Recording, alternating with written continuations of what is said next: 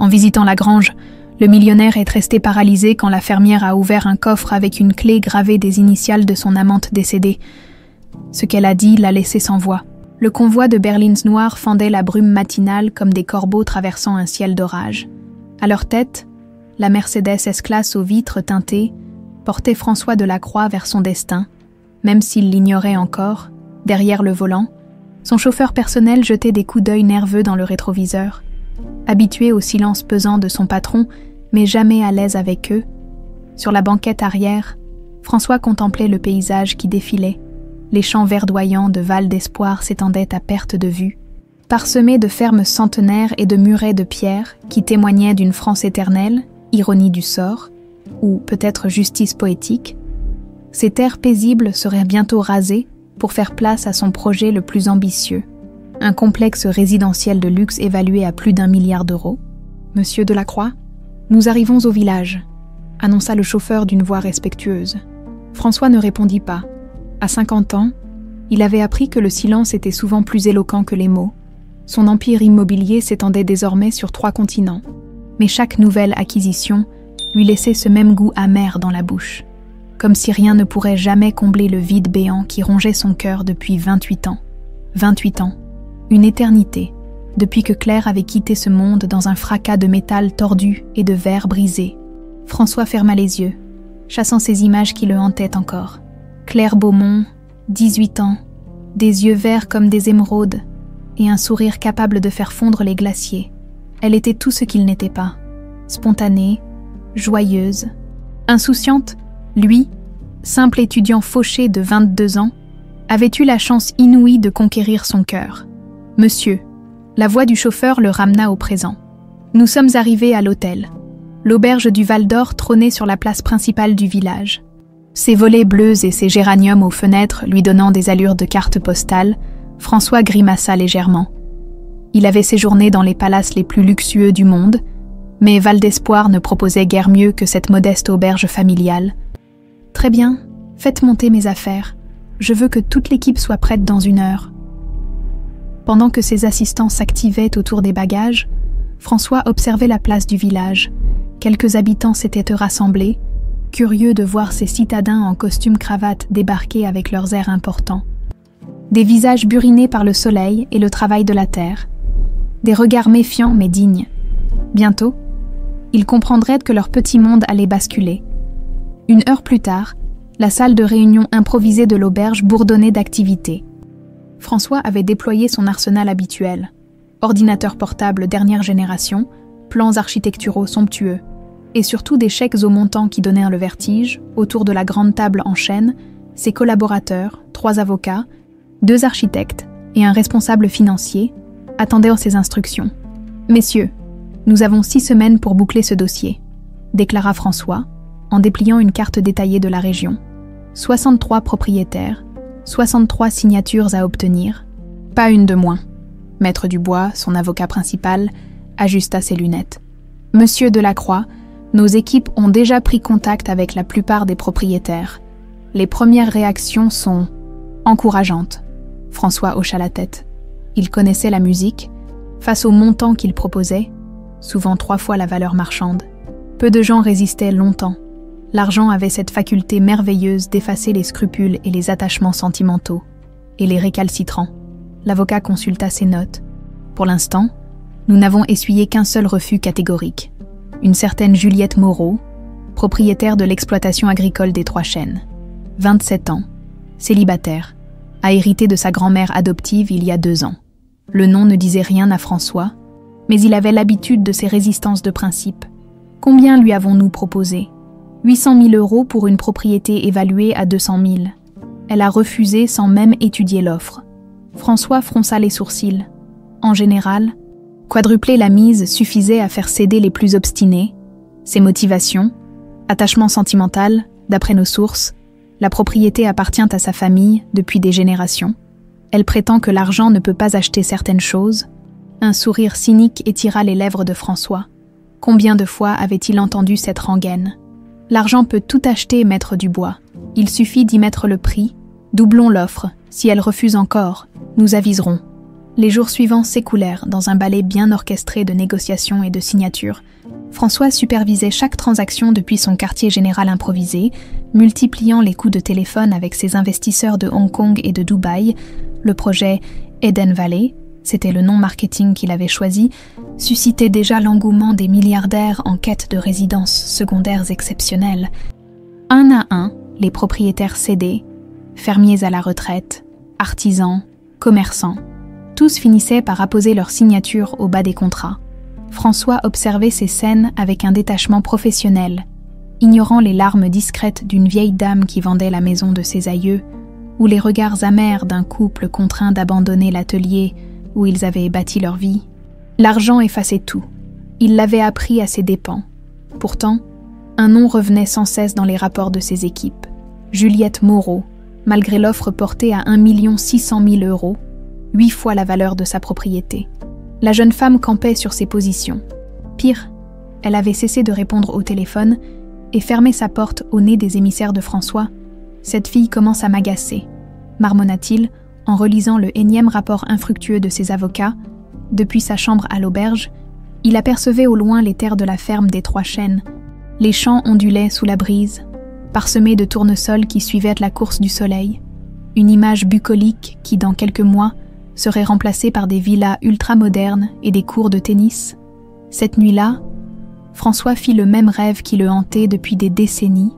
Claire courait vers lui dans un champ de blé doré, ses cheveux auburn dansant au vent, son rire cristallin résonnant comme une mélodie oubliée. Il tendait les bras pour l'attraper, mais elle s'évanouissait toujours à la dernière seconde, le laissant seul face au vide. Il se réveilla en sursaut, le front perlé de sueur, par la fenêtre entr'ouverte. L'aube naissante caressait les toits d'ardoise de Val d'Espoir. Quelque chose dans ce paysage paisible réveillait des échos douloureux, des souvenirs qu'il s'efforçait d'enterrer sous les chiffres et les contrats. Au petit déjeuner, Maître Dubois lui apporta les dernières nouvelles. 58 signatures obtenues sur 63. Seuls 5 propriétaires résistaient encore, mais 4 d'entre eux montraient des signes de fléchissement. Et Mademoiselle Moreau, toujours inflexible, nos dernières tentatives de contact ont échoué. Je crains qu'il ne faille envisager d'autres méthodes. François reposa sa tasse de café, songeur, dans sa longue carrière.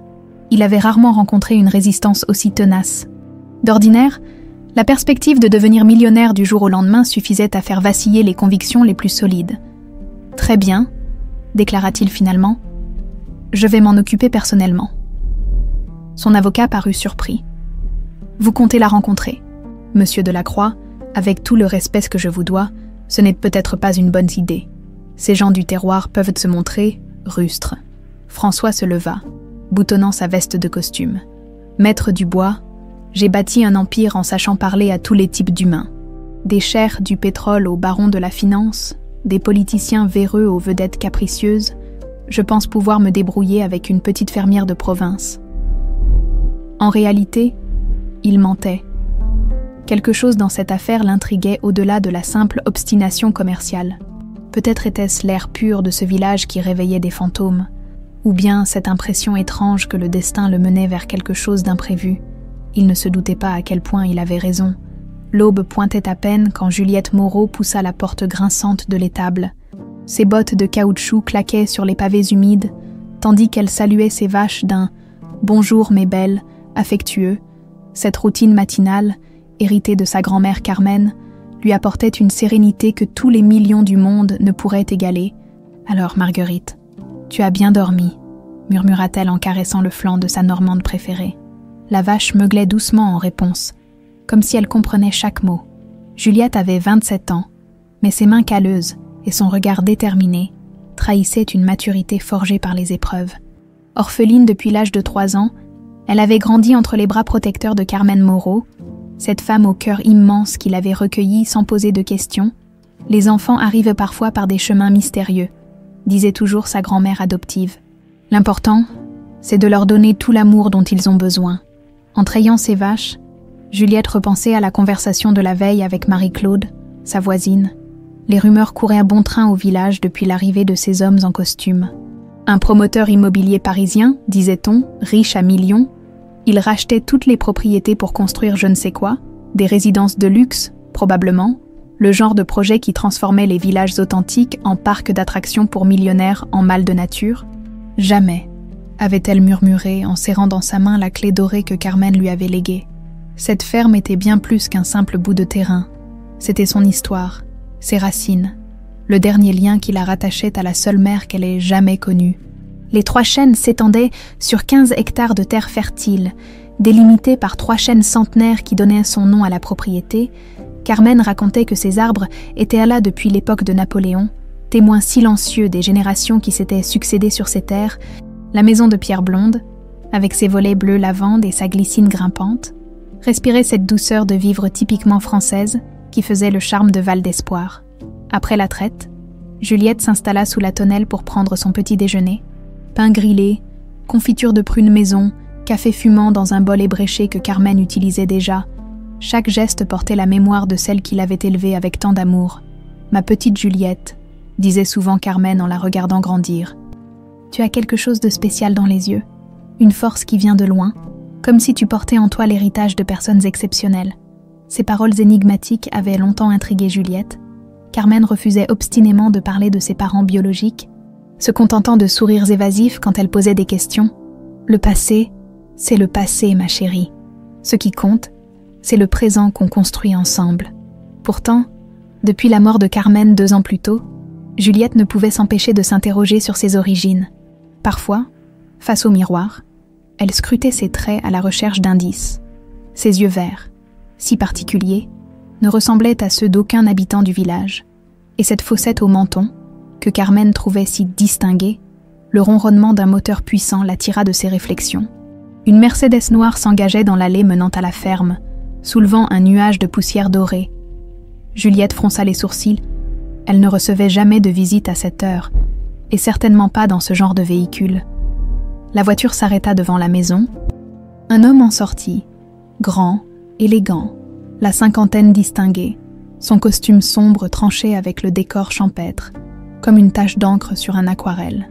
Il observa les lieux quelques instants, ses yeux sombres balayant la propriété avec l'attention d'un expert.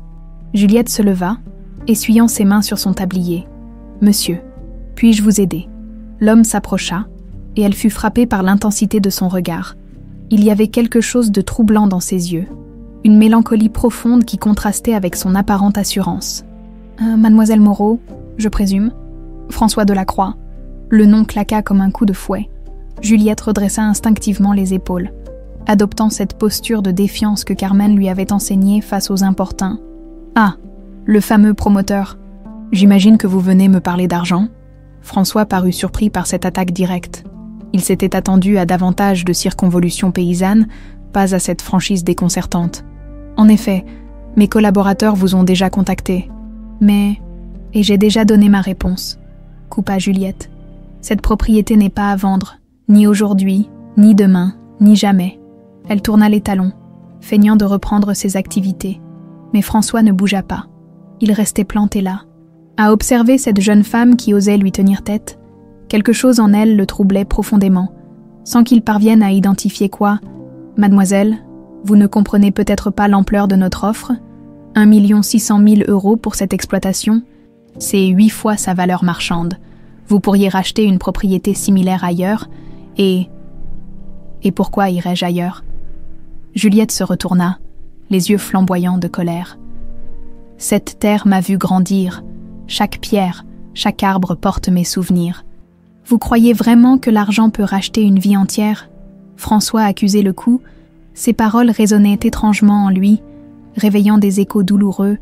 Combien de fois avait-il tenté d'acheter l'oubli, la paix, le bonheur? Combien de millions avait-il dépensé pour combler le vide laissé par Claire? Je comprends votre attachement, mais soyez réaliste. Le progrès est inéluctable. Si vous ne vendez pas, nous procéderons autrement. L'expropriation, par exemple. La menace était à peine voilée, mais Juliette ne s'y a pas. Essayez donc. Mes avocats sont moins chers que les vôtres, mais ils connaissent parfaitement le droit rural.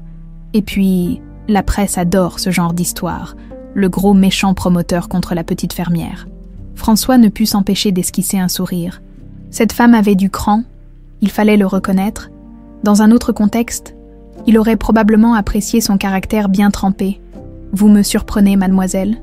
Peu de gens osent me parler sur ce ton. C'est que vous ne fréquentez que des lèche-bottes. Sans doute, ici, on a gardé l'habitude de dire ce qu'on pense. » Un silence tendu s'installa entre eux. François étudiait Juliette avec une attention troublante, comme s'il cherchait à percer un mystère. Elle, de son côté, soutenait son regard sans faiblir.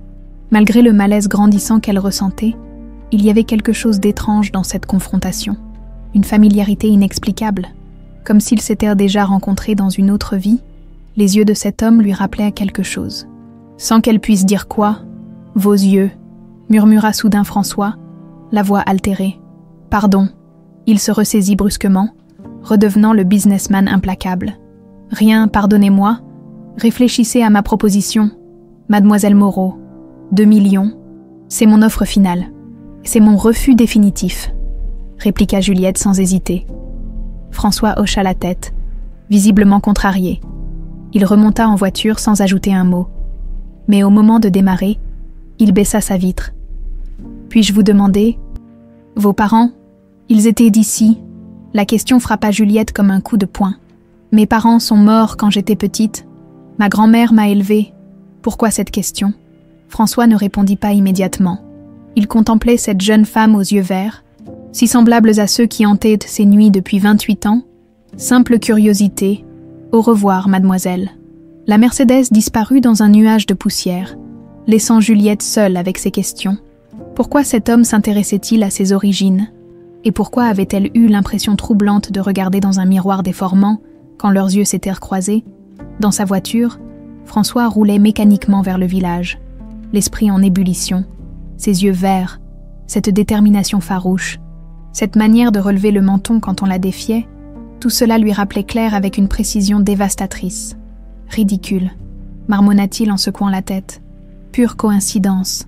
Mais au fond de lui, une petite voix persistait à murmurer que rien, dans cette histoire, ne relevait du hasard. Cette nuit-là, François ne trouva pas le sommeil. Allongé dans le lit trop petit de l'auberge du Val-d'Or, il fixait le plafond aux poutres apparentes en tentant de chasser l'image troublante de Juliette Moreau. Ses yeux verts ne le quittaient plus, réveillant des souvenirs qu'il s'efforçait d'enterrer depuis des décennies. Vers 3 heures du matin, épuisé par cette lutte vaine, il finit par sombrer dans un sommeil agité. Immédiatement, les rêves l'emportèrent vers ce printemps de 1996 qui avait changé sa vie à jamais.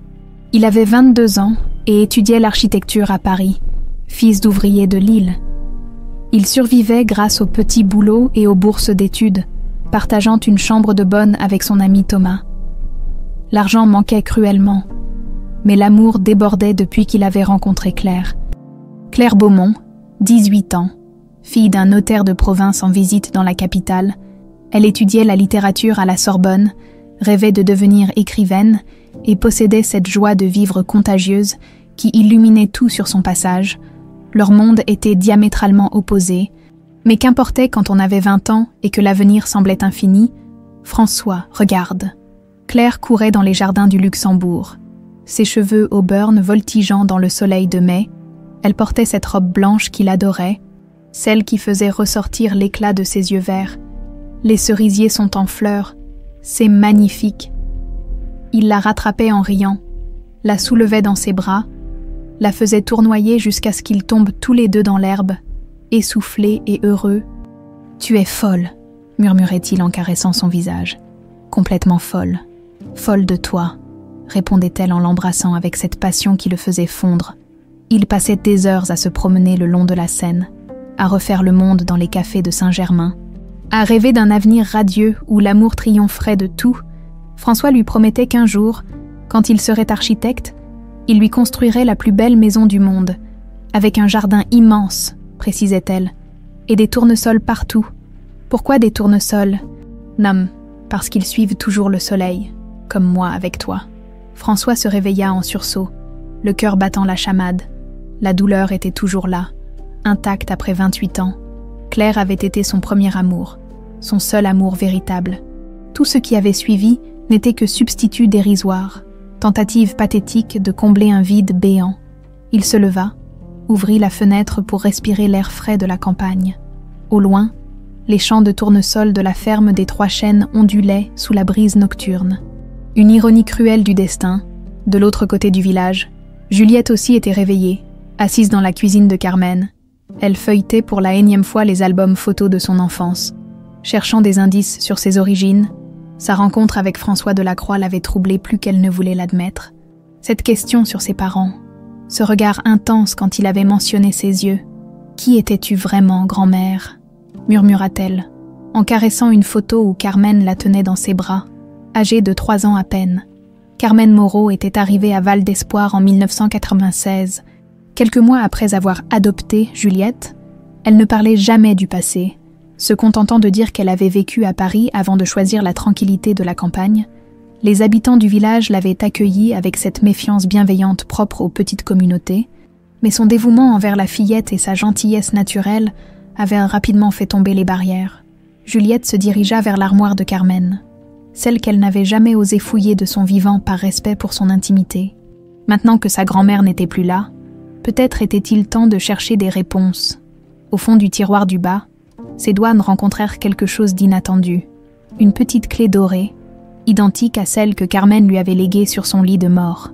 Intriguée, Juliette la retourna dans sa paume. Où pouvait bien mener cette seconde clé?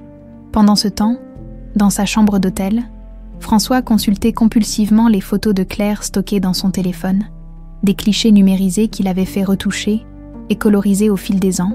Tentative dérisoire de maintenir vivant un souvenir qui s'estompait inexorablement.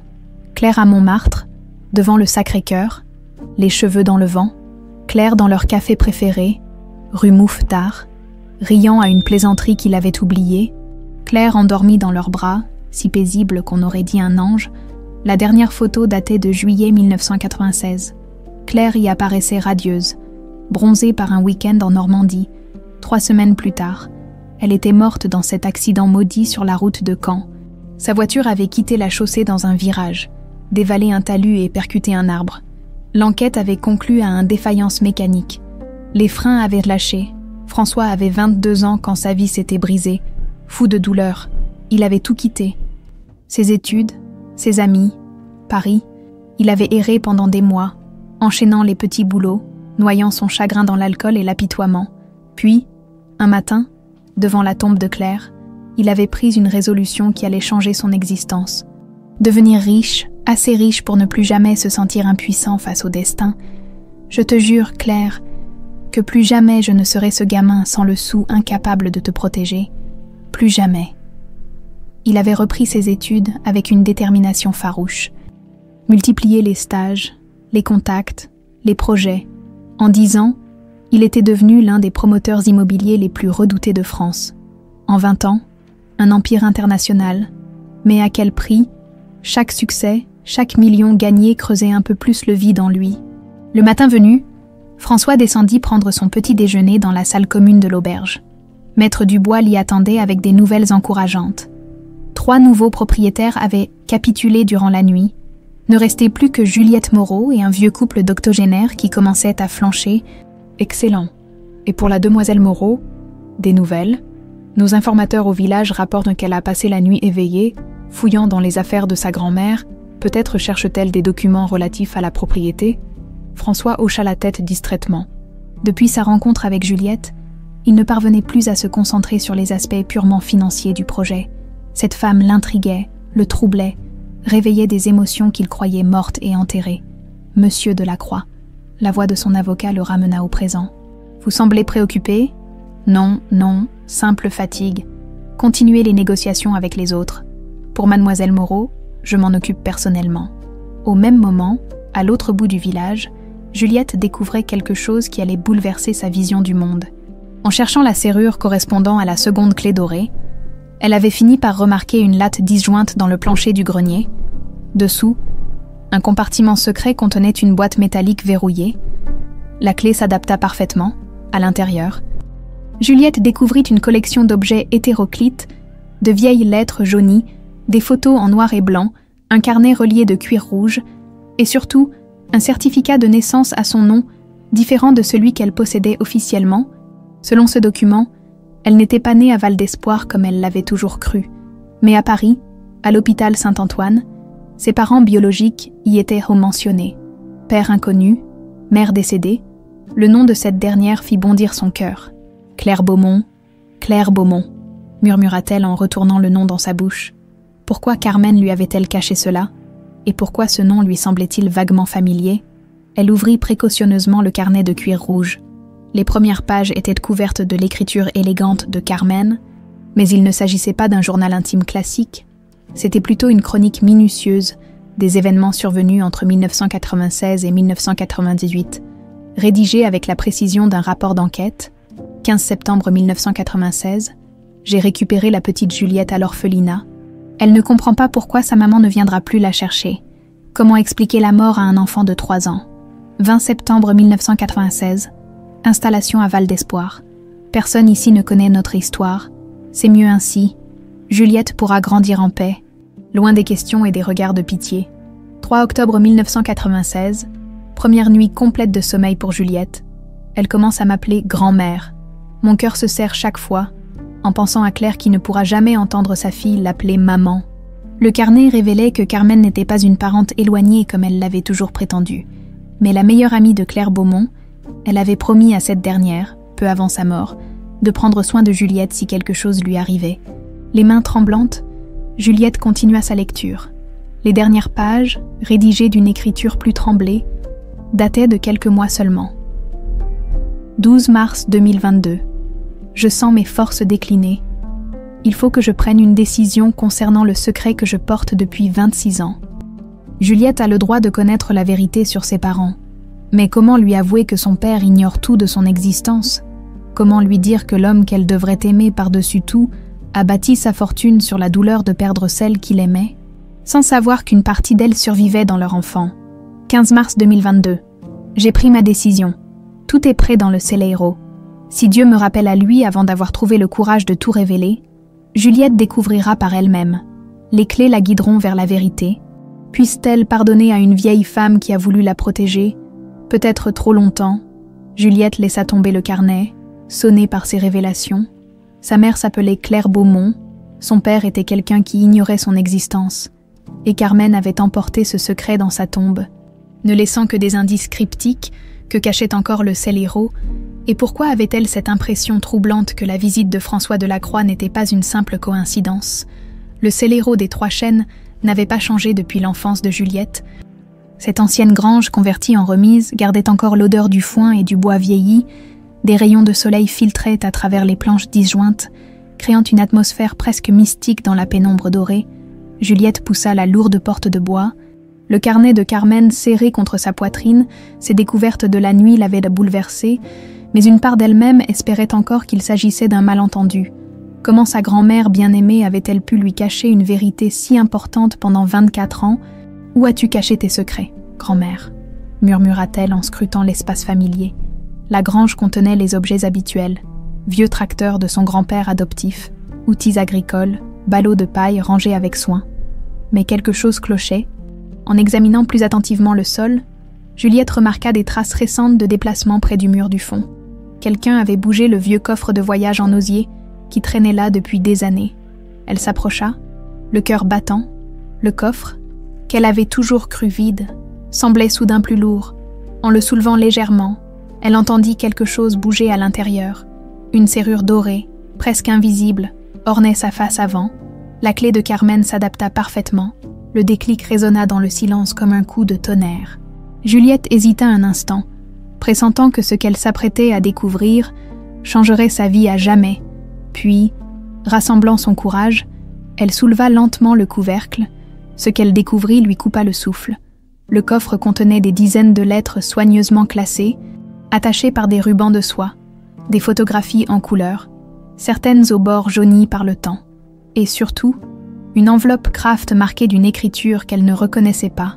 Pour François, si quelque chose m'arrive, d'une main tremblante, Juliette saisit la première liasse de lettres.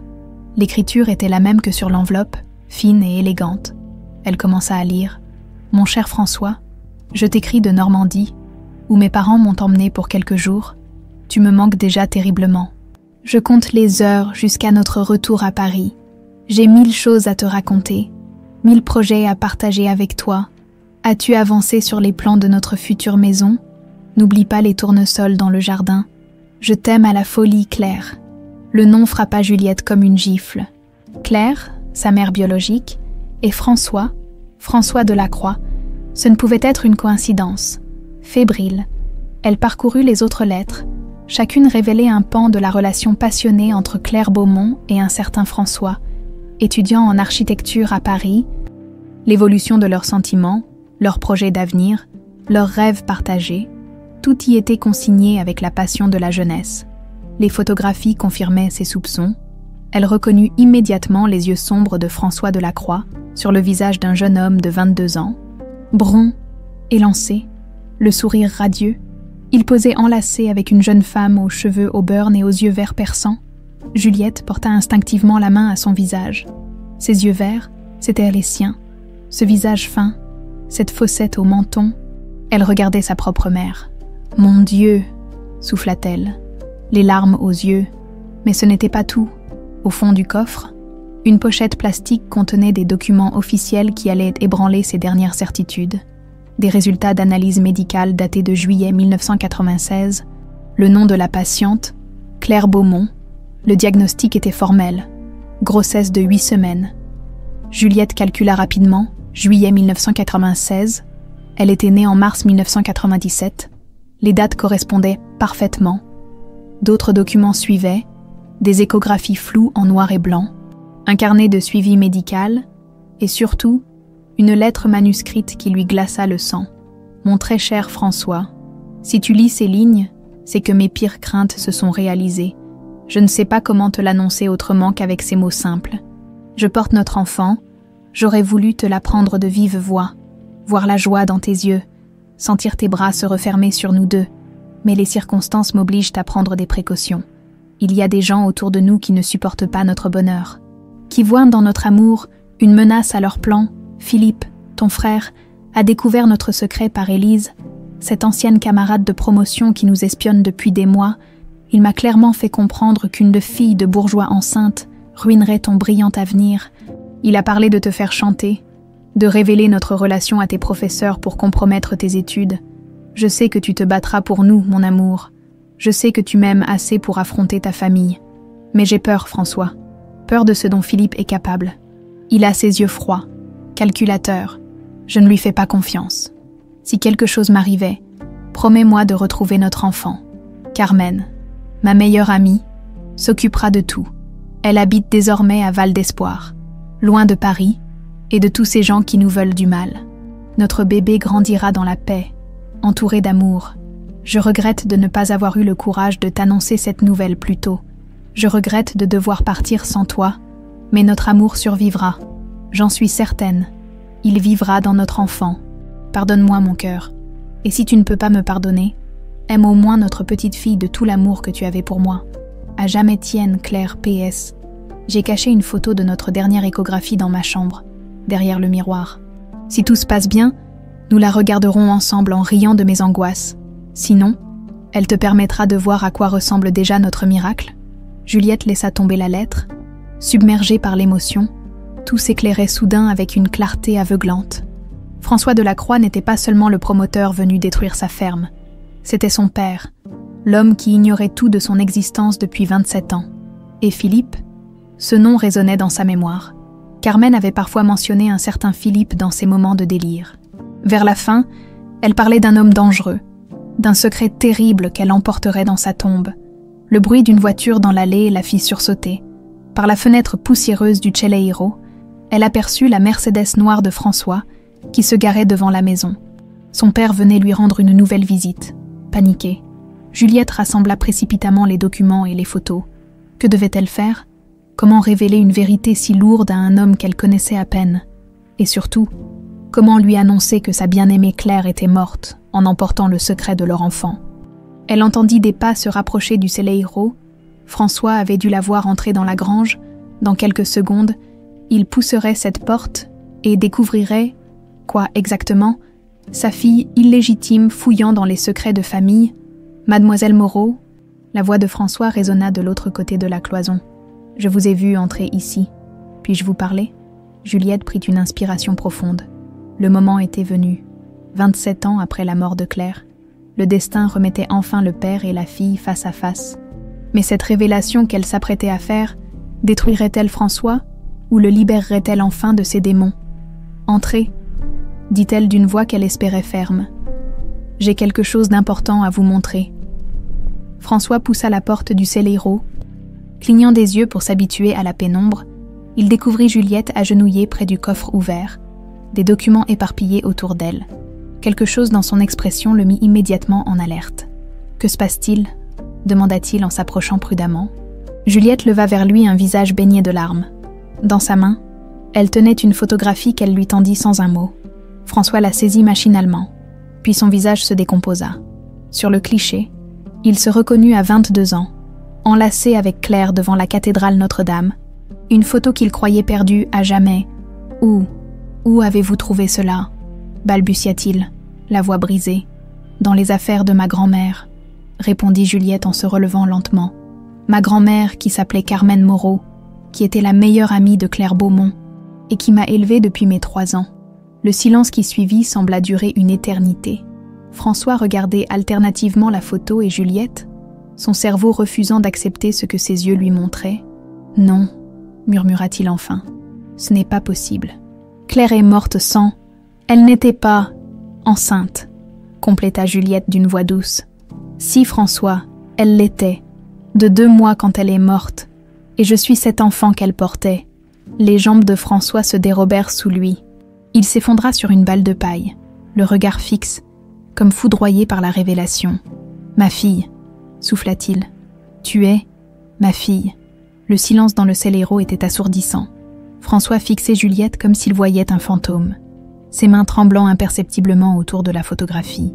28 ans de douleur, de questionnement, de culpabilité venèrent de s'effondrer en quelques mots. « Ma fille », répéta-t-il dans un souffle, les yeux embués. Claire était enceinte. Elle portait notre enfant, et je n'ai rien su. Juliette s'agenouilla près de lui, son cœur se serrant devant la détresse de cet homme qu'elle découvrait être son père. Toute sa colère contre le promoteur implacable s'évaporait face à la vulnérabilité soudaine de François. « Elle voulait vous l'annoncer », murmura-t-elle en lui tendant la lettre manuscrite de Claire. Mais elle avait peur de quelqu'un qui voulait vous séparer. François saisit la lettre d'une main fébrile. À mesure qu'il lisait, son visage passait par toutes les nuances de l'émotion, tendresse en reconnaissant l'écriture de Claire, stupéfaction en découvrant la grossesse, puis une colère froide et terrible quand il arriva au passage concernant Philippe. « Philippe !» cracha-t-il comme si ce nom lui brûlait la langue. « Mon propre frère !» Il releva la tête vers Juliette, et elle fut frappée par la ressemblance troublante de leurs yeux sombres. « Tu dis que Carmen t'a élevée ? Comment était-elle ?»« Merveilleuse !» répondit Juliette, un sourire mélancolique aux lèvres, tendre, patiente, aimante. Elle m'a donné tout l'amour dont une enfant peut rêver, mais elle ne parlait jamais du passé. Je comprends maintenant pourquoi. François hocha la tête, submergé par un mélange de reconnaissance et de regret. Elle a protégé ce que j'ai de plus précieux au monde sans que je le sache. Juliette fouilla dans le coffre et en sortit d'autres documents. Il y a autre chose, des papiers que Carmen a gardés, des preuves. Elle lui tendit une chemise contenant des articles de journaux jaunis. François reconnut immédiatement les gros titres. Accident mortel sur la D613. Une jeune étudiante perd la vie. Défaillance mécanique fatale. Tous datés d'août 1996. L'enquête a conclu à un problème de frein, murmura François. Une défaillance technique. Mais selon cette lettre, Claire soupçonnait Philippe II. Il ne termina pas sa phrase. Incapable de formuler l'horrible soupçon qui prenait forme dans son esprit, Carmen a mené sa propre enquête, révéla Juliette en sortant un carnet noir du coffre. Regardez. Le carnet contenait des notes méticuleuses, des coupures de presse, des photocopies de rapports officiels. Carmen avait reconstitué les derniers jours de Claire avec la précision d'un détective privé. 28 juillet 1996, lut François à voix haute. Claire confie à Carmen ses craintes concernant Philippe. Il l'a menacé la veille. Lui a dit qu'elle ruinerait l'avenir de François avec ses histoires de gamine enceinte. 30 juillet 1996, continua Juliette. Claire décide de quitter Paris précipitamment. Elle compte se réfugier chez sa tante en Normandie et réfléchir à la meilleure façon de vous annoncer la grossesse. 1er août 1996. poursuivit François, la voix de plus en plus tendue. Philippe rend visite à Claire chez sa tante. Conversation orageuse. Les voisins entendent des éclats de voix. 2 août 1996.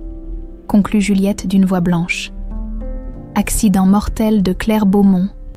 Défaillance des freins sur une route qu'elle connaissait parfaitement. Un silence de plomb s'abattit sur le Celeiro. François serrait le carnet si fort que ses jointures blanchissaient. La vérité, terrifiante, se dessinait peu à peu. Philippe l'a tué, articula-t-il lentement. Mon frère a assassiné la femme que j'aimais, et notre enfant avec. Votre enfant a survécu, corrigea doucement Juliette. Carmen était à l'hôpital quand je suis née par césarienne d'urgence. Claire était dans le coma depuis l'accident. Elle n'a jamais repris connaissance. François la regarda avec une intensité douloureuse. Tu étais là, dans son ventre, quand, mon Dieu, j'aurais pu vous perdre toutes les deux. Carmen m'a sauvée, continua Juliette. Elle avait promis à Claire de s'occuper de moi si quelque chose arrivait, mais elle n'a jamais osé vous contacter. Elle avait peur de Philippe, peur qu'il nous fasse du mal s'il découvrait que j'avais survécu. François se leva brusquement, arpentant le Celeiro comme une bête en cage. 27 ans. J'ai vécu 27 ans dans l'ignorance. J'ai bâti un empire sur ma douleur, sur ma culpabilité de n'avoir pas pu protéger Claire. Et pendant tout ce temps, Philippe, sa voix se brisa. Il s'arrêta devant Juliette, la contemplant avec des yeux nouveaux. Tu as ses yeux, ses cheveux, sa façon de relever le menton quand on la contrariait. Tu es si belle, ma fille, si forte, comme elle. Juliette sentit les larmes couler sur ses joues. Toute sa vie, elle avait rêvé de ce moment, de connaître enfin ses parents, mais elle n'avait jamais imaginé que la vérité serait si douloureuse. « Pourquoi êtes-vous venu ici ?» demanda-t-elle soudain. « À Val d'Espoir, justement ici, ce ne peut pas être un hasard. » François eut un rire amer. « Le hasard ? Non, tu as raison. Philippe a choisi ce terrain pour notre projet, il a insisté, prétextant un potentiel exceptionnel. Maintenant, je comprends ses vraies motivations. Lesquelles ? Il savait. » La voix de François était devenue glaciale. D'une manière ou d'une autre, il a découvert que Carmen et toi étiez ici. Il voulait achever son œuvre, détruire les dernières traces de Claire et de notre amour. Cette révélation frappa Juliette comme un coup de poing. Vous voulez dire qu'il sait qui je suis ? J'en mettrai ma main au feu. Philippe n'a jamais rien laissé au hasard. S'il a choisi Val d'Espoir pour notre plus gros investissement, c'est qu'il avait ses raisons. François s'approcha du coffre et examina les derniers documents. Au fond, une enveloppe scellée portait l'inscription. Pour François, quand Juliette sera prête à connaître toute la vérité. Carmen savait que ce jour viendrait, murmura-t-il en brisant le cachet de cire rouge. L'enveloppe contenait une dernière lettre, écrite de la main tremblante de Carmen peu avant sa mort. « Cher François, si vous lisez ces lignes, c'est que ma Juliette a enfin découvert ses origines et que le destin vous a remis sur son chemin. J'ai passé 26 ans à la protéger, à lui donner tout l'amour que Claire n'a pas pu lui offrir. Je n'ai jamais eu le courage de vous contacter, trop effrayée par Philippe et ses menaces. Oui, il m'a retrouvée en 2010. Il est venu ici, dans cette même grange, me menacer de révéler l'identité de Juliette si je parlais. Si mon frère apprend qu'il a une fille, m'a-t-il dit, je ferai en sorte qu'il la perde définitivement, comme il a perdu Claire. J'ai eu peur, trop peur pour risquer la vie de ma petite fille. Mais aujourd'hui, je sens ma fin approcher, et je ne peux plus me taire. Juliette mérite de connaître son père, et vous méritez de connaître votre fille. Philippe voudra l'empêcher. Il a passé sa vie à détruire votre bonheur par jalousie, par cette haine viscérale qu'il nourrit contre votre réussite amoureuse. Il ne s'arrêtera pas maintenant. Protégez-la, François. Protégez notre petite Juliette comme vous n'avez pas pu protéger Claire. Et pardonnez à une vieille femme qui a fait de son mieux dans une situation impossible. Avec tout mon respect et mes regrets. Carmen Moreau PS. J'ai caché d'autres preuves contre Philippe dans la cave de la maison. Si un jour vous voulez faire éclater la vérité sur la mort de Claire, vous y trouverez de quoi confondre cet homme. François plia soigneusement la lettre, son visage dur comme le granit, quand il releva les yeux vers Juliette. Elle y lut une détermination implacable. « Papa », le mot lui échappa spontanément, et elle rougit de sa propre audace. François sentit son cœur exploser de bonheur et de douleur mêlée. « Oui, ma chérie, je suis ton papa, et je te promets que plus jamais Philippe ne nous fera du mal. Plus jamais. » Il l'a pris dans ses bras pour la première fois, et tous deux fondirent en larmes. 27 ans de séparation s'effaçaient dans cette étreinte, mais l'ombre de Philippe planait toujours sur leur bonheur retrouvé, car à quelques kilomètres de là, dans un bureau de l'auberge du Val-d'Or, Philippe Delacroix raccrochait son téléphone, avec un sourire mauvais. Son informateur au village venait de lui confirmer ce qu'il redoutait. François avait découvert la vérité. Il était temps de passer au plan B. François ne lâchait plus Juliette. Assis côte à côte sur les balles de paille du Celeiro, ils restaient enlacés, comme s'ils craignaient que cette réunion miraculeuse ne soit qu'un mirage. Les rayons du soleil couchant filtraient à travers les planches disjointes, baignant la scène d'une lumière dorée presque irréelle. « Raconte-moi » murmura François en caressant les cheveux de sa fille. « Raconte-moi ton enfance, tes rêves, tout ce que j'ai manqué. » Juliette sourit à travers ses larmes. Carmen me parlait souvent de ma mère. Enfin, elle ne disait jamais que c'était ma vraie mère, mais elle évoquait une amie très chère, qui aimait les tournesols et rêvait d'écrire de beaux livres. Elle me lisait des poèmes qu'elle prétendait avoir écrits, mais je comprends maintenant qu'ils venaient de Claire. François hocha la tête, le cœur serré. Claire adorait la poésie. Elle gribouillait des vers partout, dans ses cours, sur des serviettes de café, même sur la buée des vitres en hiver. Carmen m'a appris à aimer la terre, à respecter les animaux, à trouver la beauté dans les choses simples. Mais parfois, je la surprenais en pleurs devant une vieille photo qu'elle cachait rapidement. Je pensais qu'elle pleurait son mari décédé. En réalité, elle pleurait sa meilleure amie. Et tes questions? Tu ne t'interrogeais jamais sur tes vrais parents. Sans cesse, avoua Juliette. Surtout quand les autres enfants à l'école parlèrent de leur maman et papa. Carmen me répétait que l'amour n'avait pas besoin de lien du sang pour être authentique. Elle avait raison, mais ça n'empêchait pas ce vide, cette sensation de ne pas savoir d'où je venais. François ferma les yeux, submergé par la culpabilité. Si j'avais su, si Claire m'avait dit, elle n'a pas eu le temps, l'interrompit doucement Juliette. Anne, d'après sa lettre, elle comptait vous l'annoncer après avoir réglé le problème avec Philippe. Elle vous aimait trop pour vous imposer ce fardeau sans être sûre de votre réaction. Mon frère, gronda François, ses mâchoires se crispant.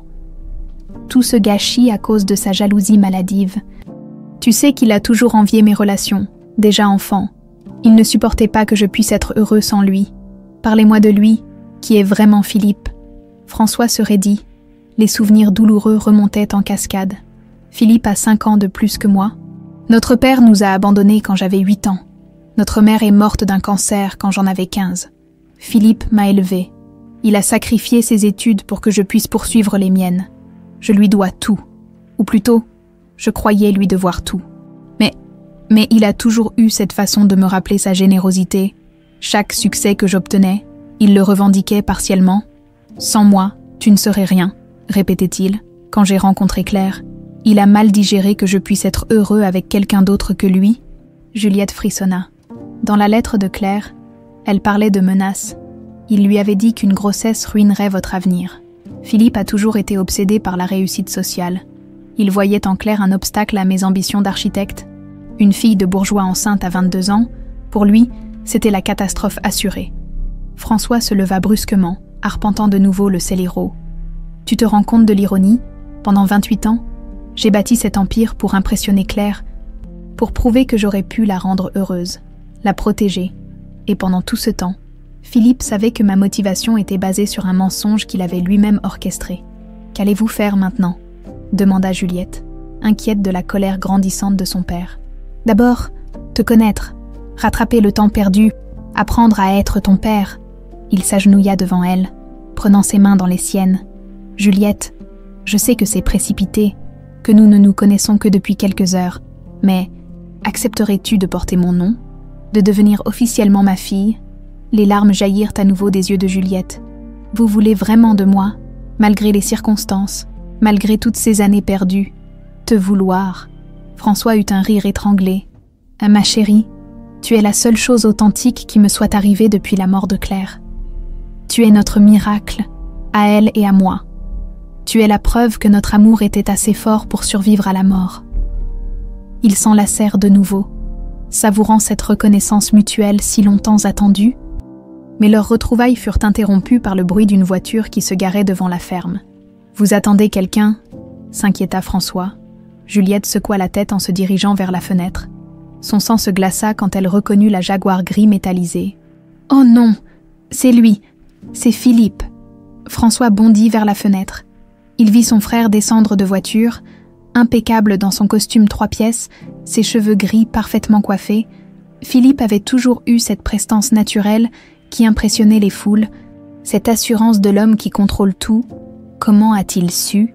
murmura François. « Carmen avait raison, » chuchota Juliette, terrifiée. « Il nous surveille, il sait tout. » Philippe s'avançait vers la maison d'un pas tranquille, presque désinvolte. Puis, soudain, il bifurqua vers le téléhéros. Un sourire froid retroussait ses lèvres. « Il nous a vus ?» constata François en reculant instinctivement. « Cache les documents » ordonna-t-il à Juliette. « Vite !» Juliette s'empressa de remettre les lettres et photos dans le coffre qu'elle referma à clé. François l'aida à pousser le coffre derrière une pile de sacs de grains, juste avant que Philippe n'apparaisse dans l'encadrement de la porte. « Alors, mon petit frère » lança Philippe de sa voix mielleuse. « On joue à cache-cache dans les granges maintenant. » Il entra sans invitation, balayant les lieux de son regard perçant. Et voici la fameuse mademoiselle Moreau, qui nous donne tant de fil à retordre. « Bonsoir, ma chère enfant. » Juliette se rapprocha instinctivement de François, troublée par l'aura malveillante qui émanait de cet homme. Philippe avait beau sourire, ses yeux restaient froids comme l'acier. « Philippe, » dit François d'une voix qu'il s'efforçait de garder neutre, « que fais-tu ici ? Je m'inquiétais pour toi, frangin. Mes équipes m'ont rapporté que tu passais beaucoup de temps sur cette propriété. J'ai pensé que tu avais peut-être besoin d'aide pour convaincre mademoiselle. » Philippe s'interrompit, observant attentivement Juliette. Un éclair étrange traversa son regard quand leurs yeux se croisèrent. « Extraordinaire », murmura-t-il. « Cette ressemblance est vraiment... et troublante. » François sentit sa mâchoire se crisper. « De quoi parles-tu ? Ses yeux verts, ce port de tête altier, cela me rappelle quelqu'un. Une certaine Claire Beaumont. Si ma mémoire est bonne. Tu te souviens de Claire, François ? Ta petite amie d'université qui est morte si tragiquement. » Le silence qui suivit était chargé d'électricité. François et Juliette échangèrent un regard terrifié. Philippe savait. Il avait toujours su. « Tu sembles surpris, mon cher frère. » Continua Philippe en s'approchant dangereusement. « Tu pensais vraiment que j'ignorais l'existence de ta charmante progéniture. Philippe, oh, je t'en prie, épargne-moi tes protestations outragées. J'ai découvert le petit secret de Carmen il y a déjà 15 ans. Cette vieille sotte n'était vraiment pas douée pour couvrir ses traces. » Juliette pâlit. « Vous saviez, depuis tout ce temps, vous saviez que j'étais sa fille. » Philippe se tourna vers elle avec un sourire carnassier. « Bien sûr, ma petite. Et je dois dire que tu as grandi exactement comme je l'espérais. Forte, indépendante, attachée à cette terre minable. L'appât parfait pour attirer François dans mes filets. » « Tes filets ?» François fit un pas en avant, les poings serrés. « De quoi tu parles ? » ?»« Du projet Eden Valley, évidemment. Tu crois vraiment que j'ai choisi ce terrain au hasard ?» Philippe éclata d'un rire glacial. « J'ai attendu le moment parfait, celui où tu serais assez riche et puissant pour m'offrir une vengeance à la hauteur de tes ambitions. » « Une vengeance contre qui ? Contre toi, mon cher frère, contre ta réussite éclatante, ton bonheur affiché, ta capacité à toujours retomber sur tes pattes. » Les traits de Philippe se durcirent. « Tu as toujours eu ce don pour séduire, pour inspirer l'amour. Claire t'adorait, nos professeurs te préféraient, même nos clients te font plus confiance qu'à moi. Il était temps que tu goûtes à la vraie souffrance. » François recula, horrifié par la haine qui déformait le visage de son frère. « Philippe, tu es malade. Nous sommes associés. Nous avons bâti cet empire ensemble. Non, François, tu as bâti cet empire. Moi, je n'ai fait que regarder, impuissant, pendant que tu récoltais tous les lauriers de mes sacrifices. » Philippe sortit lentement un revolver de sa veste, le pointant alternativement sur François et Juliette. Mais ce soir, l'histoire se termine. Exactement comme elle aurait dû se terminer il y a 28 ans. L'arme dans la main de Philippe luisait sinistrement dans la lumière dorée du Célero. François sentit le monde basculer autour de lui. 28 ans de collaboration fraternelle, de confiance aveugle, de reconnaissance éternelle. Tout s'effondrait en quelques secondes. Philippe, pose cette arme. dit-il d'une voix qu'il s'efforçait de garder calme. Tu n'es pas un tueur. Le rire de Philippe résonna dans l'espace confiné, glaçant le sang de Juliette. Pas un tueur, mon pauvre François. Tu me connais vraiment mal. Que crois-tu qu'il soit arrivé à ta chère Claire ? François protégea instinctivement Juliette derrière lui. Tu bluffes. L'enquête a conclu à un accident. L'enquête a conclu à ce que j'ai voulu qu'elle conclue, répliqua Philippe avec une froideur terrifiante. Quelques pots de vin bien placés, un expert complice, et voilà, défaillance mécanique, qui irait soupçonner le grand frère protecteur. Juliette sentit ses jambes se dérober. Entendre confirmer le meurtre de sa mère de la bouche même de l'assassin la paralysait d'horreur. « Vous avez tué ma mère », souffla-t-elle, la voix brisée. « Ta mère était un obstacle », répondit Philippe sans la moindre émotion. Une petite bourgeoise prétentieuse qui se croyait assez bien pour séduire mon frère, elle portait ton bâtard et comptait ruiner l'avenir de François avec ses histoires de famille heureuse. Je n'ai fait qu'empêcher une catastrophe. François fit un pas en avant, tremblant de rage. Elle avait 18 ans, espèce de monstre. Elle ne t'avait rien fait. Elle m'avait pris mon frère, explosa Philippe, laissant enfin transparaître sa véritable nature. Depuis notre enfance, tu étais tout pour moi, mon petit protégé. Mon projet de vie, ma seule fierté, et cette petite garce a débarqué avec ses grands airs et ses beaux sentiments, prête à t'emmener loin de moi. Philippe resserra sa prise sur le revolver, ses yeux brillants d'une lueur de folie. J'avais tout sacrifié pour toi, François, mes études, ma jeunesse, mes rêves, et tu étais prêt à tout jeter aux orties pour les beaux yeux d'une gamine. Philippe, tu es en train de parler d'amour, Claire et moi. Nous nous aimions. C'était beau, c'était pur, c'était pathétique, cracha Philippe. Tu courais après cette fille comme un chiot en laisse. Tu oubliais tes cours, tes ambitions, ton avenir. Elle t'avait ensorcelé. Juliette écoutait cette confession monstrueuse, partagée entre l'horreur et une colère grandissante. Cet homme avait détruit sa famille par pure jalousie, condamnant son père à une vie de souffrance, et elle-même à grandir orpheline. Et Carmen, demanda-t-elle d'une voix tremblante, comment l'avez-vous retrouvé ? Philippe eut un sourire mauvais. Les détectives privés, ma chère. Quand on a les moyens, on peut retrouver n'importe qui. Carmen Moreau, installée à Val d'Espoir avec un bébé, dont l'acte de naissance était un faux grossier. Il ne m'a fallu que quelques mois pour comprendre qui tu étais vraiment. Et tu l'as laissé tranquille pendant toutes ces années, s'étonna François. Bien sûr. Elle me rendait service sans le savoir, gardait ton bâtard caché, t'épargnait la culpabilité d'avoir abandonné ton enfant. Carmen était mon alliée involontaire. Tant qu'elle se taisait, je la laissais jouer à la grand-mère gâteau. Mais quand elle a commencé à vieillir, elle est devenue bavarde, continua Philippe. En 2020, elle m'a contactée, elle voulait révéler la vérité à Juliette, te mettre au courant de son existence. J'ai dû la dissuader. Juliette sentit son sang se glacer. Qu'est-ce que vous lui avez fait ? Rien de violent, rassure-toi. Une petite visite amicale, quelques menaces bien placées. Si tu parles, j'élimine ta petite fille comme j'ai éliminé sa mère. Carmen était une femme intelligente. Elle a compris le message. François observait son frère avec dégoût. Tu es un manipulateur de la pire espèce. Tu as empoisonné nos vies avec tes mensonges. J'ai protégé notre société, hurla Philippe, perdant contenance. Tout ce que nous avons construit, c'est grâce à ta douleur, à ta rage de réussir après la mort de Claire. Sans cette motivation, tu n'aurais jamais eu l'ambition nécessaire pour bâtir notre empire. Notre empire. François eut un rire amer. Tu veux dire ton empire ? Tu as orchestré la mort de Claire pour me transformer en machine à faire de l'argent. Tout ça pourquoi ? Pour ta cupidité ?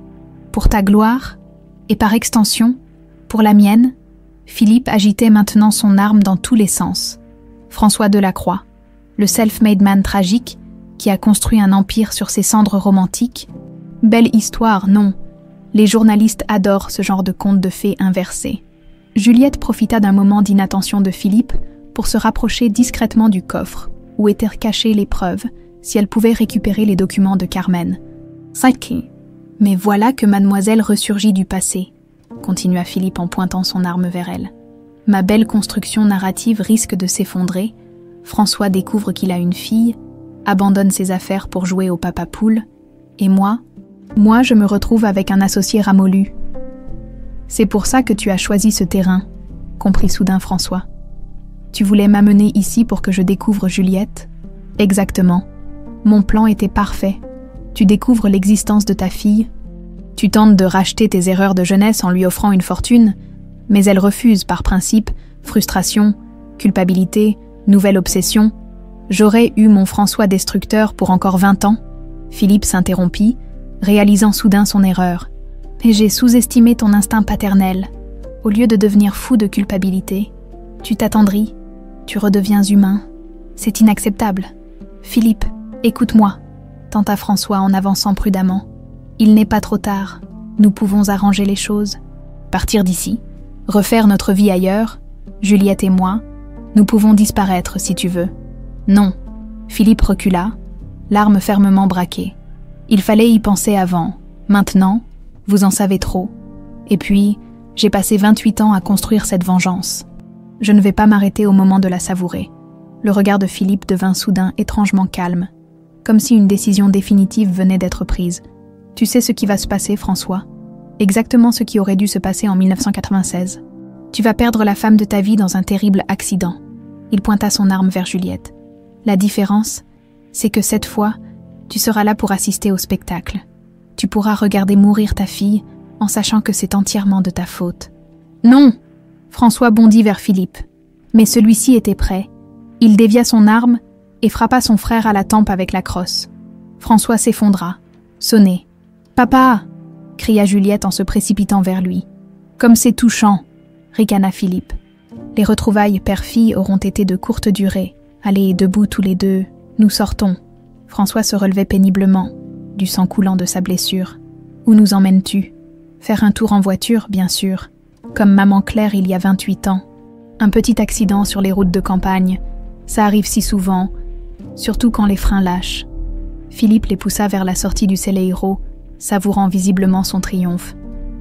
Tu vois, François, j'ai eu 28 ans pour peaufiner ma méthode. Cette fois, il n'y aura pas de survivants, pas de petits miracles pour venir gâcher mes plans. Mais au moment de franchir le seuil, Juliette se retourna brusquement. « Attendez, j'ai quelque chose à vous dire, quelque chose que vous devez absolument savoir avant de faire ça. » Philippe s'arrêta, intrigué malgré lui. « Quoi donc, ma petite? Tes dernières volontés ?» Juliette prit une inspiration profonde, jouant sa dernière carte. Carmen n'a pas emporté tous ses secrets dans la tombe. Elle a laissé des preuves de votre crime, et elles ne sont pas dans ce Celeiro. Le sourire de Philippe vacilla légèrement. « Tu mens. Elle a tout enregistré, Philippe. » mentit effrontément Juliette.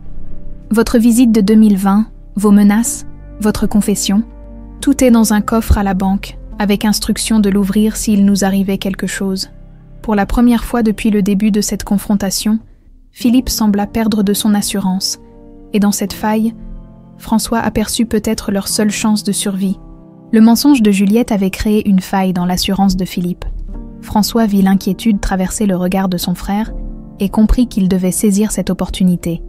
Le temps pressait, et l'arme restait pointée vers eux. « Tu bluffes », répéta Philippe, mais sa voix manquait de conviction. Carmen était une vieille femme terrifiée. Elle n'aurait jamais eu le courage de... De quoi? De vous enregistrer en train d'avouer le meurtre de ma mère. Juliette avança d'un pas, défiant Philippe du regard. Carmen était peut-être âgée, mais elle n'était pas stupide. Elle savait qu'un jour, vous viendriez finir ce que vous aviez commencé. François admira le sang-froid de sa fille. Malgré l'arme braquée sur elle, Juliette gardait cette détermination héritée de Claire. Cette façon de relever le menton face au danger? Où est cet enregistrement? Demanda Philippe, sa main tremblant légèrement autour de la crosse. Vous croyez vraiment que je vais vous le dire? Juliette eut un sourire amer. Tuez-nous. Philippe, allez-y, mais sachez qu'1 heure après notre mort, cet enregistrement sera entre les mains de la police. Carmen a tout prévu.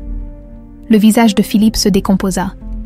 28 ans de planification minutieuse, de manipulation parfaite, et voilà qu'une vieille femme morte depuis 2 ans menaçait de tout faire s'écrouler.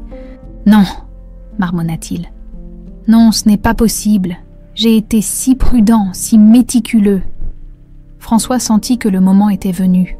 Philippe était déstabilisé, concentré sur Juliette. Il fallait agir maintenant, mais avant qu'il puisse esquisser un geste, son frère se ressaisit brusquement. « Peu importe !» hurla Philippe en agitant son arme. « Même si cet enregistrement existe, je peux encore m'en sortir. J'ai assez d'argent pour disparaître, refaire ma vie ailleurs. Mais d'abord, je finis ce que j'ai commencé. » Il pointa de nouveau son revolver vers Juliette, le doigt sur la détente. « Adieu, ma petite nièce. Salue ta mère de ma part. »« Attends. » François bondit devant sa fille. « Si tu veux tuer quelqu'un, tue-moi. C'est moi que tu es, pas elle. » Philippe s'arrêta, troublé. « Toi. Mais non, François. Tu ne comprends pas. Je ne te hais pas. Je t'aime. C'est bien le problème. » Cette déclaration, lourde d'une vérité dérangeante, flotta dans l'air comme un aveu obscène. François recula, horrifié par ce qu'il entrevoyait. « Philippe, non, tu ne peux pas. »« Si. » Les yeux de Philippe brillaient maintenant d'une lueur démente. « Depuis toujours, François, depuis que papa nous a abandonnés et que maman est morte, tu étais tout ce qui me restait. Mon petit frère à protéger, à chérir, à posséder. » Juliette comprit avec effroi la nature réelle de l'obsession de Philippe. Ce n'était pas seulement de la jalousie fraternelle, c'était quelque chose de plus sombre, de plus malsain. « Claire a tout gâché », continua Philippe d'une voix brisée. « Elle t'a volé à moi. Tu ne me regardais plus, tu ne m'écoutais plus. Il n'y avait qu'elle qui comptait. Alors, je l'ai éliminée. Et quand tu as sombré dans la douleur, j'ai été là pour te consoler, pour te guider, pour redevenir le centre de ta vie. » François sentit la nausée le submerger. « Tu es malade, Philippe. Tu as besoin d'aide. La seule aide dont j'ai besoin, c'est que tu redeviennes l'homme brisé que tu étais, sans elle. » Philippe désigna Juliette de son arme. « Sans cette réincarnation de Claire qui va encore me voler ton affection. Jamais, gronda François. Plus jamais tu ne toucheras à ma famille. Ta famille, Philippe eut un rire hystérique. Ta famille, c'est moi. Depuis 40 ans, c'est moi. J'ai tout fait pour toi. J'ai tout sacrifié pour toi. Et maintenant, tu veux m'abandonner pour cette étrangère. Cette étrangère est ma fille.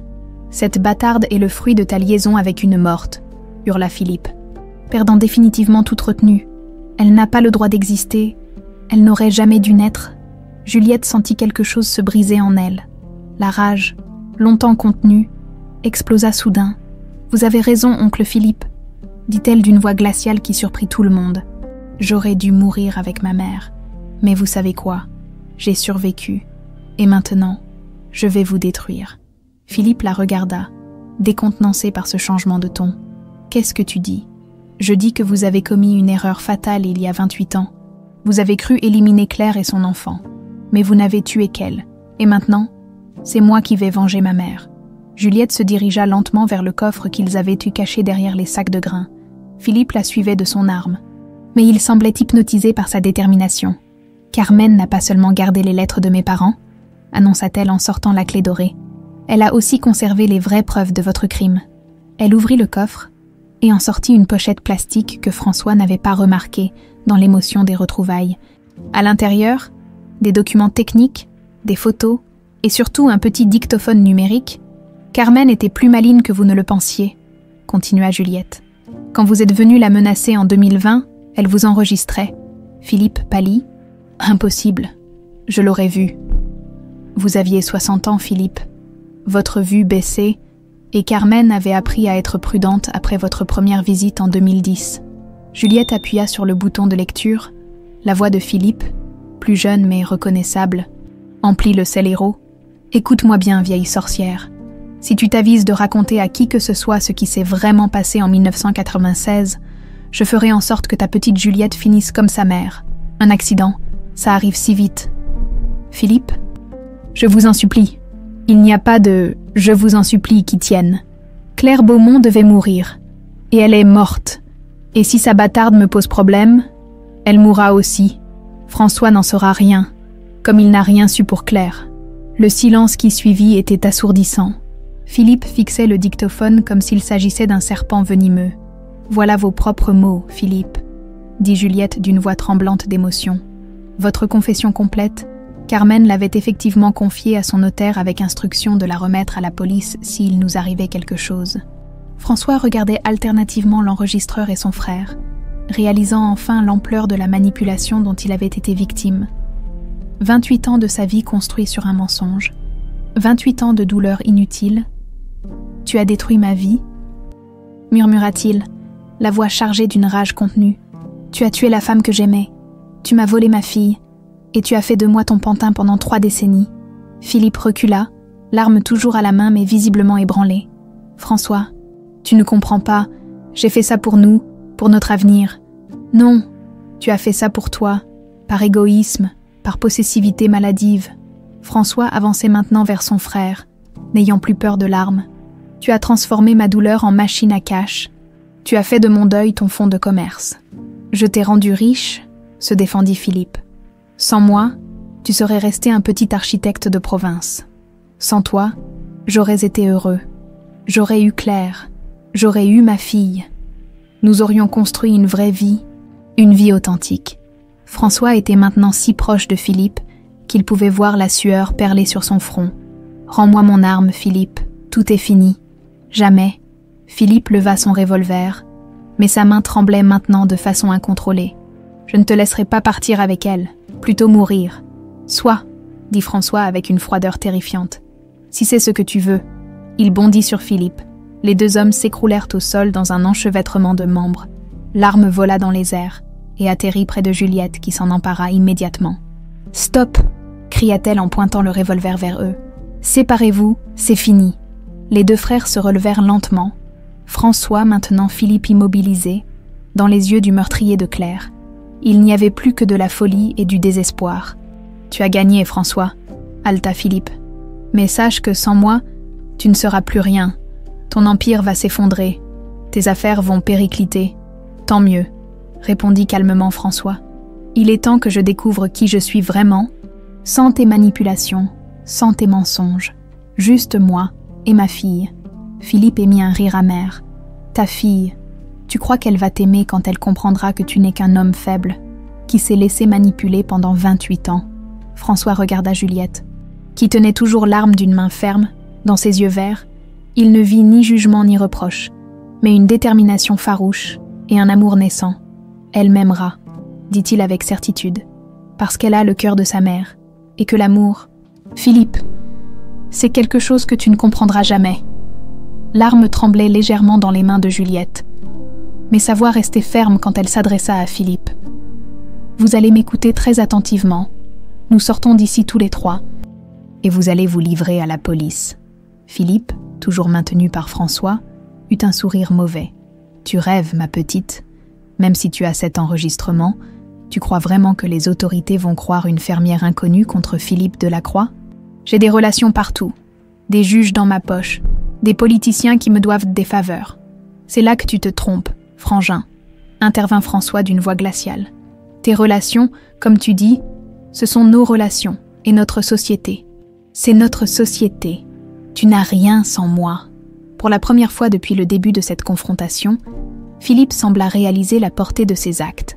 Sa folie l'avait aveuglé sur les conséquences pratiques de ses révélations. « François, tu ne vas quand même pas te dénoncer, te livrer à la justice. » François resserra sa prise sur le bras de Philippe.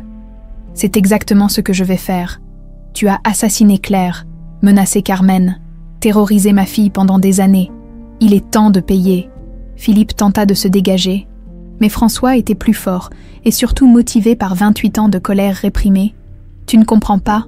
Sans moi, tu vas perdre tout ce que nous avons construit. Les investisseurs vont se retirer, les projets vont s'effondrer. Tant mieux, » répéta François avec une sérénité qui surprit Juliette. « Cet empire est bâti sur le mensonge et la mort. Je préfère tout perdre et retrouver mon humanité. » Juliette baissa lentement l'arme, touchée par la détermination de son père. « Papa, vous êtes sûr? Vous allez vraiment renoncer à tout ça? » « Ma chérie, quand j'avais ton âge, j'étais heureux avec 3 fois rien, une chambre de bonne, des livres d'architecture empruntés à la bibliothèque et l'amour de ta mère. J'avais tout.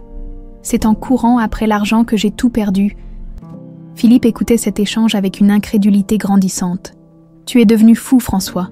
Complètement fou. Cette fille t'a monté la tête en quelques heures. Non, Philippe. Pour la première fois depuis 28 ans, je retrouve ma lucidité. » François sortit son téléphone portable de sa poche. Allô, police nationale? Je voudrais signaler un meurtre, oui. Le meurtre de Claire Beaumont en 1996. Comment? Parce que je connais l'assassin. C'est mon frère, Philippe Delacroix, et j'ai les preuves de sa culpabilité. Non! Philippe se débattit avec l'énergie du désespoir. Mais François ne lâcha pas prise. Tu ne peux pas faire ça. Après tout ce que j'ai fait pour toi. Tu veux dire après tout ce que tu m'as fait subir? François termina son appel et rangea son téléphone. Ils arrivent, 20 minutes, maximum. Juliette s'approcha d'eux, gardant l'arme pointée vers le sol mais prête à réagir. Philippe, vous avez le choix. Soit vous attendez sagement l'arrivée de la police, soit je diffuse cet enregistrement sur tous les réseaux sociaux avant qu'il n'arrive. À vous de voir quel scandale vous préférez. Philippe la regarda avec un mélange de haine et d'admiration. Tu es exactement comme elle, cette même détermination, cette même force tranquille. Claire aussi savait se battre quand il le fallait. Racontez-moi, demanda soudain Juliette.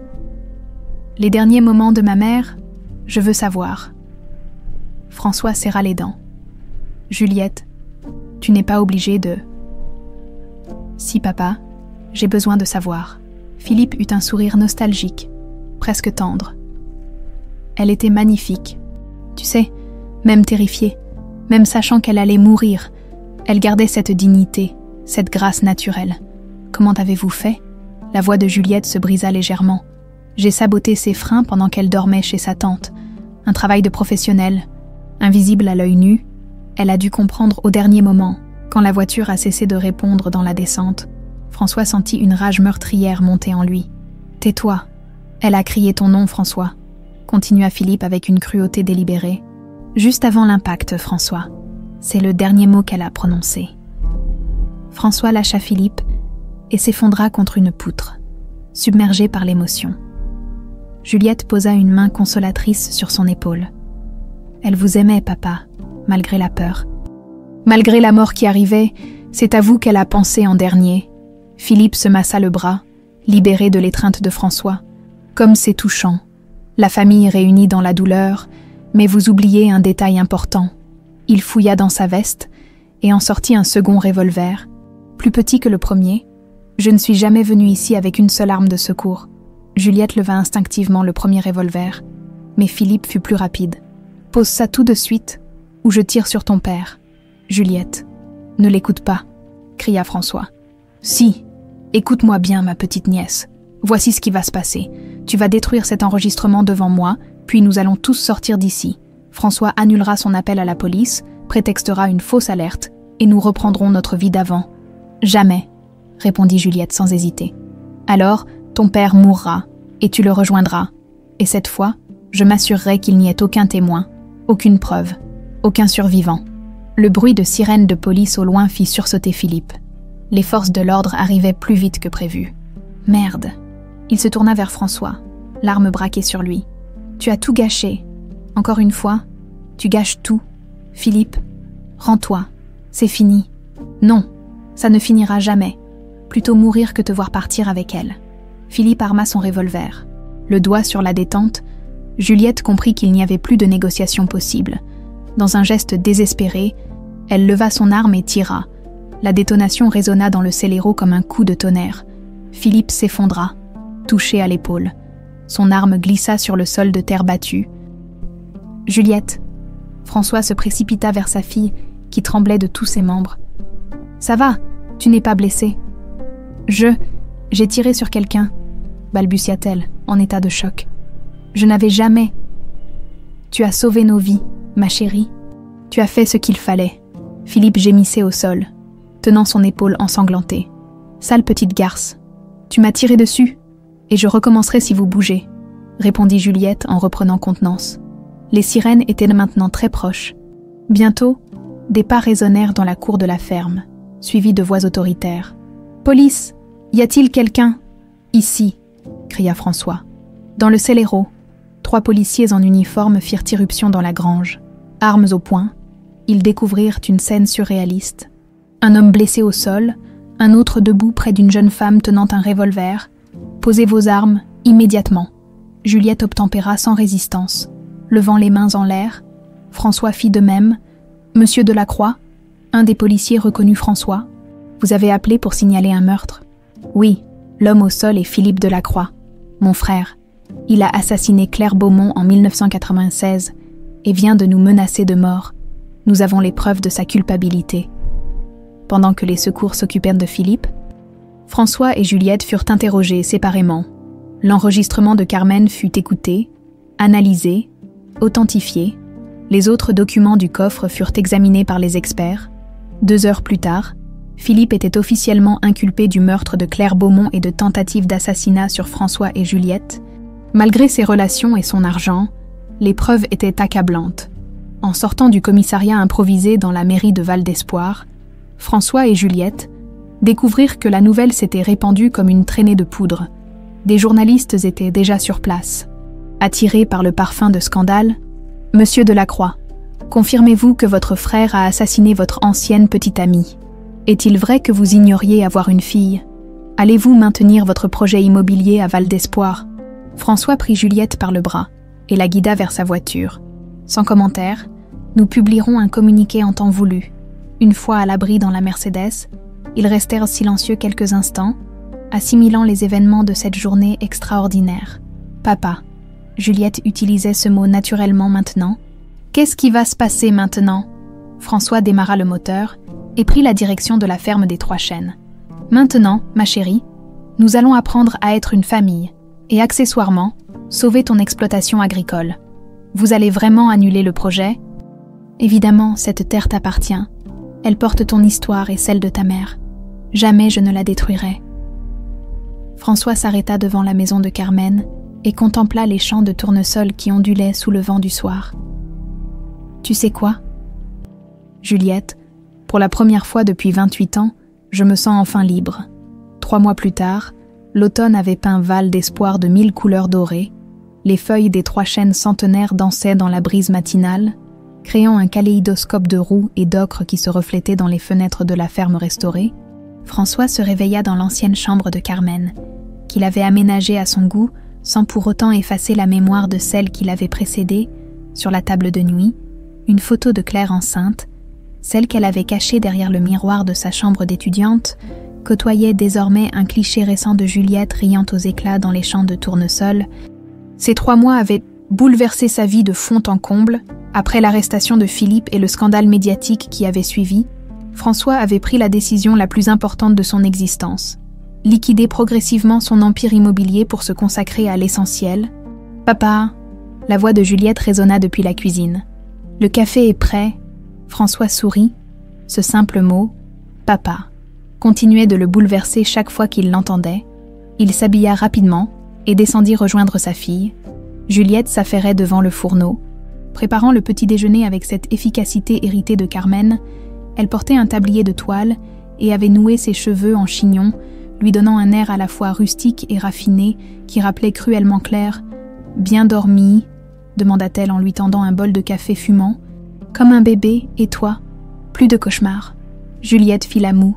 Les premières semaines avaient été difficiles. Les images de la confrontation avec Philippe, le poids d'avoir tiré sur quelqu'un, même en légitime défense, l'avaient longtemps hantée, mais peu à peu, avec l'aide d'un psychologue et le soutien constant de François, elle avait retrouvé sa sérénité. Ça va mieux. Et puis, je pense que maman et Carmen veillent sur nous maintenant. François hocha la tête. Il avait lui aussi trouvé une paix qu'il n'espérait plus. Certes, l'effondrement de son empire avait fait les gros titres pendant des semaines. Certains investisseurs s'étaient retournés contre lui. D'anciens associés l'avaient traîné dans la boue, mais qu'importait. Il avait retrouvé sa fille, découvert la vérité sur la mort de Claire. Et surtout, appris à être heureux avec peu. « Au fait », dit Juliette en tartinant sa baguette, « Maître Dubois a appelé hier soir. Le procès de Philippe aura lieu en janvier. Es-tu sûr de vouloir témoigner ?» François serra les dents. Son frère avait été écroué à la prison de Fresnes. En attendant son procès pour meurtre avec préméditation, ses avocats tentaient de plaider la folie, mais l'enregistrement de Carmen et les preuves accumulées par cette dernière rendaient sa défense bien difficile. « Oui, je témoignerai. Claire et toi méritez que justice soit rendue. Et puis, c'est important pour moi de dire publiquement ce que Philippe nous a fait subir. Tu ne ressens pas de la pitié pour lui. C'est quand même ton frère. » François réfléchit quelques instants. De la pitié, peut-être, mais pas de compassion. Philippe a fait ses choix. Il doit en assumer les conséquences. Ils terminèrent leur petit déjeuner en silence, chacun perdu dans ses pensées. Puis Juliette se leva et enfila sa veste de travail. « Je vais voir les vaches, tu m'accompagnes. » François sourit. Ces moments passés ensemble dans l'étable étaient devenus un rituel qu'il chérissait. Apprendre les gestes simples de la vie rurale l'aidait à retrouver cette authenticité qu'il avait perdue dans les méandres de la réussite sociale. L'étable sentait bon le foin frais et la paille. Marguerite, la Normande préférée de Juliette, accueillit François d'un meuglement amical. Ces derniers mois, il avait appris à traire, à soigner les bêtes, à réparer les clôtures. Ses mains, autrefois manucurées et douces, portèrent maintenant les callosités du travail manuel. « Ah, tu sais, » dit Juliette en caressant le flanc de Marguerite, « Carmen serait fière de nous, elle qui rêvait de voir cette ferme reprendre vie. » « Comment ça, reprendre vie ? Avant mon arrivée, Carmen vivait seule ici. Elle avait gardé quelques poules, un potager, mais l'exploitation avait périclité. C'est moi qui ai relancé l'élevage, développé la production de fromages artisanaux. Carmen disait toujours que j'avais le don pour faire prospérer ce qui semblait perdu. François observa sa fille avec admiration. En 3 mois, il avait découvert une jeune femme d'une force et d'une maturité exceptionnelles. Juliette gérait sa ferme avec la compétence d'un chef d'entreprise, tout en gardant cette simplicité et cette générosité qui la rendaient si attachante. Et maintenant, tu as des projets pour l'exploitation. Les yeux de Juliette brillèrent d'excitation. Justement, j'aimerais t'en parler. J'ai eu une idée, mais j'aurais besoin de ton expertise d'architecte. Je t'écoute. Et si nous transformions les 3 chênes en ferme pédagogique, un endroit où les enfants des villes pourraient venir découvrir la vie rurale, apprendre d'où vient leur nourriture, comprendre le cycle des saisons, François s'arrêta de traire, frappé par l'intelligence de cette proposition. C'est une excellente idée. Nous pourrions aménager des espaces d'accueil, créer des parcours éducatifs, développer des ateliers. Exactement. Et puis, ça donnerait du travail au village. Marie-Claude pourrait s'occuper de la restauration. Jean-Pierre proposerait des balades à cheval. Toute la communauté en profiterait. François sentit son cœur se gonfler de fierté. Sa fille avait non seulement hérité de la beauté et de la détermination de Claire, mais aussi de cette vision humaniste qui faisait d'elle une femme exceptionnelle. « Tu as déjà réfléchi au financement ?» Juliette eut un sourire malicieux. « Disons que j'ai un père qui connaît quelques investisseurs. » François éclata de rire. « Tu es redoutable, mais tu as raison. Il me reste suffisamment de relations pour monter ce projet. Et puis, ce sera une belle façon de racheter mes erreurs passées. » Ils passèrent la matinée à élaborer des plans, à imaginer l'avenir de la ferme. François retrouvait peu à peu sa passion pour l'architecture, mais cette fois au service d'un projet porteur de sens. L'après-midi, ils se rendirent au cimetière de Val d'Espoir. C'était devenu leur habitude dominicale. Aller se recueillir sur les tombes de Claire et Carmen, enterrées côte à côte dans le petit cimetière fleuri du village. François avait fait graver une nouvelle épitaphe sur la tombe de Claire. « Claire Beaumont, mère aimante et femme de courage, son amour nous guide encore. » Celle de Carmen était plus simple. « Carmen Moreau, gardienne des secrets et protectrice des innocents. »« Maman, » murmura Juliette en déposant un bouquet de tournesol sur la tombe de Claire. « Je voulais te dire que j'ai trouvé papa. Il est exactement comme tu l'avais décrit dans tes lettres. Bon, un peu plus ridé, » ajouta-t-elle avec un sourire taquin qui fit rire François. « Mais il a gardé ce cœur généreux que tu aimais tant. » François s'agenouilla près de la tombe et posa sa main sur le marbre froid. « Claire, ma bien-aimée, j'ai enfin compris ce que tu essayais de me dire dans ta dernière lettre. Notre amour a survécu à la mort. Il vit dans Juliette. Et maintenant, grâce à elle, j'apprends enfin à être l'homme que tu voyais en moi. » Ils restèrent silencieux quelques minutes, unis dans le souvenir de ces 2 femmes qui avaient façonné leur vie. En rentrant à la ferme, ils trouvèrent une voiture garée devant la maison. Un homme en costume sombre en descendit, Maître Dubois, l'ancien avocat de François. « Monsieur Delacroix, » dit-il en s'approchant. « J'ai de bonnes nouvelles concernant l'enquête sur votre frère. Je vous écoute. » Philippe vient d'avouer officiellement le meurtre de Claire Beaumont. Ses avocats ont négocié un accord. Il plaide coupable en échange d'une peine de 25 ans de réclusion criminelle. Plus de procès, plus de médiatisation.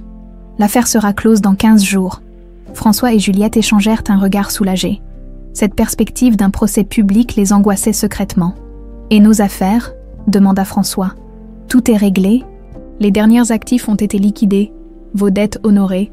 Il vous reste largement de quoi vivre confortablement et financer les projets de mademoiselle Juliette. » Après le départ de l'avocat, père et fille s'installèrent sous la tonnelle pour savourer cette nouvelle libération. Le soleil déclinait derrière les champs, baignant le paysage d'une lumière dorée qui rendait tout irréel. « Tu regrettes parfois ?» demanda Juliette. « Ton ancienne vie, ton empire, ta réussite ?»